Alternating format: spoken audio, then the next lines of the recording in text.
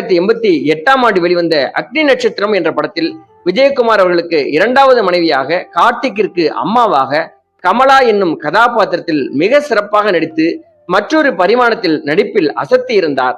ஆனால் இதில் மறக்க முடியாத சம்பவம் என்னவென்றால், இந்த படத்தில் நடித்துக் கொண்டிருந்த போது தான் திருமணமாகி 5 ஆண்டுகளுக்கு பிறகு கருவுற்றிருந்ததாகவும், வயிற்றில் மகனை சுமந்தபடி ஜெயசித்ரா இந்த படத்தில் கார்த்திக்கிற்கு அம்மாவாக நடித்திருந்ததாகவும் சொல்லப்படுகிறது.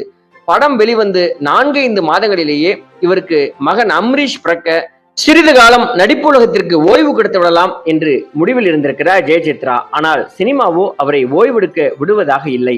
மகன் பிறந்து கை குழந்தையாக தாய்ப்பால் கொடுத்து கொண்டிருந்த நேரத்திலேயே ஜெயசித்ராவின் குருநாதரான கே பாலச்சந்தர் அவர்கள் தான் தயாரித்து இயக்கியிருந்த புது புது அர்த்தங்கள் படத்தில் நடிகை கீதாவிற்கு அம்மாவாக, ரகுமானுக்கு மாமியாராக காஞ்சனா என்னும் கதாபாத்திரத்தில் வந்து நடித்து தரும்படி கேட்டிருக்கிறார். ஜெயசித்ராவோ